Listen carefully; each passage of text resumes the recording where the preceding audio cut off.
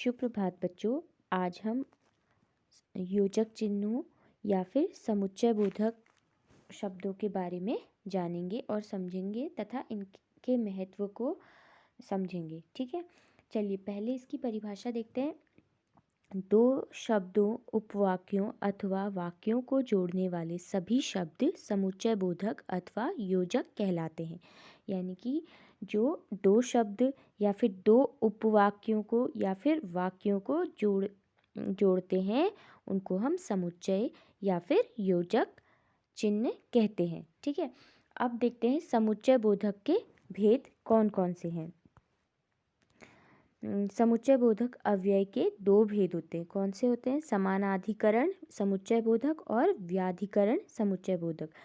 समानाधिकरण से जैसे कि शब्द से ही हमें समानता का बोध हो रहा है, तो चलिए पहले समुच्चय बोधक के प्रथम भेद समानाधिकरण के बारे में जानते हैं। समानाधिकरण समुच्चय बोधक जो अव्यय पद दो या दो से अधिक समान पदों, पदबंधों, उपवाक्यों अथवा वाक्यों को परस्पर जोड़ते हैं वे समानाधिकरण समुच्चय बोधक अव्यय कहलाते हैं।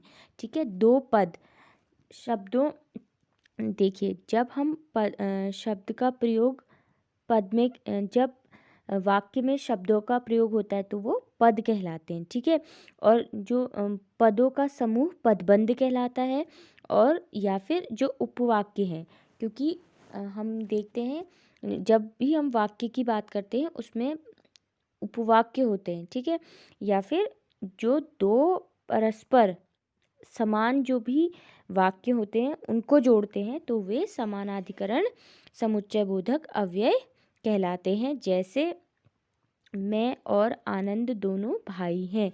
यहाँ पर मैं और आनंद दोनों समान हैं। ठीक है, समान का मतलब ये है कि मैं दोनों संज्ञावाचक हैं। ठीक है, और दोनों भाई हैं, तो यहाँ पर दोनों की समानता को दर्शा रहे हैं। विराट कोहली और शिखर धवन दोनों अच्छे बल्लेबाज हैं। यहाँ पर विराट कोहली और शिखर धवन ये दोनों क्या हैं? बल्लेबाज हैं, और ये दोनों ही बहुत अच्छे हैं, इसलिए ये समानाधिकरण समुच्चय बोधक होगा। अगला है समानाधिकरण समुच्चय बोधक के कुछ और उदाहरण हम देखते हैं।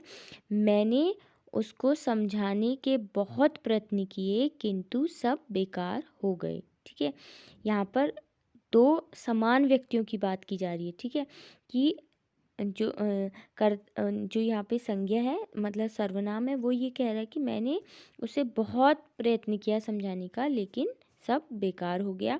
अगला है मैं और मोहन तथा रमेश और सोहन परस्पर गहरे मित्र हैं।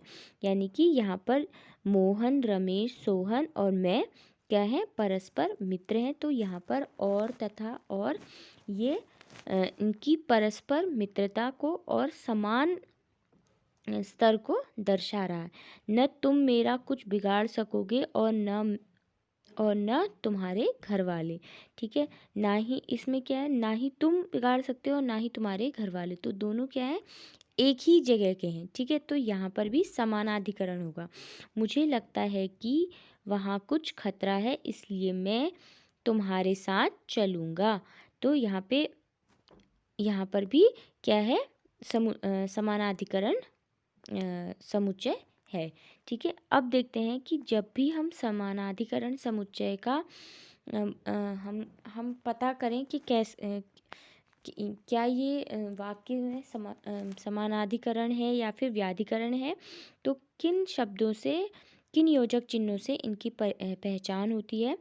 चलिए, उपर्युक्त वाक्यों में प्रयुक्त किंतु और तथा और न इसलिए अव्यय पद दो समान पदों या उपवाक्यों को जोड़ रहे हैं। ठीक है, सेम जो पद हैं उनको ये जोड़ रहे हैं, किंतु और तथा और न इसलिए। ठीक है, तो ये क्या हो गए? समानाधिकरण समुच्चय कहलाए। ठीक है, अब बात करते हैं व्याधिकरण की। व्याधिकरण समुच्चय बोधक जो अव्यय पद किसी वाक्य के दो या दो से अधिक आश्रित उपवाक्यों को जोड़ते हैं। यानी कि यहाँ पर आश्रित उपवाक्यों की बात हो रही है। एक तो प्रधान उपवाक्य होता है और दूसरा आश्रित होता है, ठीक है, जो कि प्रधान पर आश्रित होता है, निर्भर होता है, ठीक है। आश्रित का अर्थ ही होता है निर्भर, ठीक है। जैसे मैं तुम्हारे पास अवश्य आता किंतु मुझे चोट लग गई थी। यानी कि यहाँ पर किंतु शब्द का प्रयोग हुआ है, क्योंकि देखो क्या है, मैं तुम्हारे पास अवश्य आता किंतु मुझे चोट लग गई थी, ठीक है। ये मैं तुम्हारे पास आता ये प्रधान उपवाक्य है, लेकिन क्या हो गया, मुझे चोट लग गई, ये आश्रित हो गया। मैं परीक्षा नहीं दे सका क्योंकि मैं बीमार था, ठीक है। ये आश्रित है, मैं इसलिए नहीं दे पाया क्योंकि मैं बीमार हो गया, ठीक है। अब बात करते हैं व्याधिकरण के समुच्चय के कुछ उदाहरणों की। वह आज विद्यालय नहीं आया क्योंकि वह छत से गिर गया है। यानी कि आप हमेशा ध्यान रखना, जब भी व्याधिकरण की बात आएगी तो एक क्रिया दूसरे पर निर्भर होगी, ठीक है। अब वह घर चला गया ताकि कुछ आराम कर सके। यद्यपि उसने जी जान से दौड़ लगाई तो भी सफलता प्राप्त न कर सका, ठीक है। यहाँ पर कहीं ना कहीं ये दर्शा रहा है कि एक जो क्रिया है वो दूसरे पर निर्भर है, आश्रित है, ठीक है। तो इसलिए ये व्याधिकरण समुच्चय होंगे, ठीक।